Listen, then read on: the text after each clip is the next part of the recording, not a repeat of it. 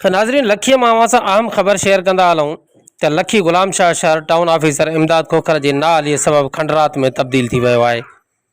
शहर जी हर गिटीअ में गंदगीअ जा ढेर लॻल आहिनि ऐं शहर में नालियूं हंधा हंधा टुटी उखड़ी वियूं आहिनि।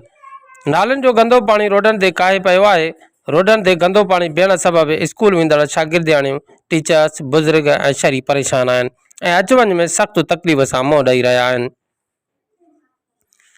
शहर में वधंदड़ गंदगीअ सबबि शहरी चमड़ीअ समेत ॿियनि मुख़्तलिफ़ बीमारियुनि में वकोड़जी विया आहिनि।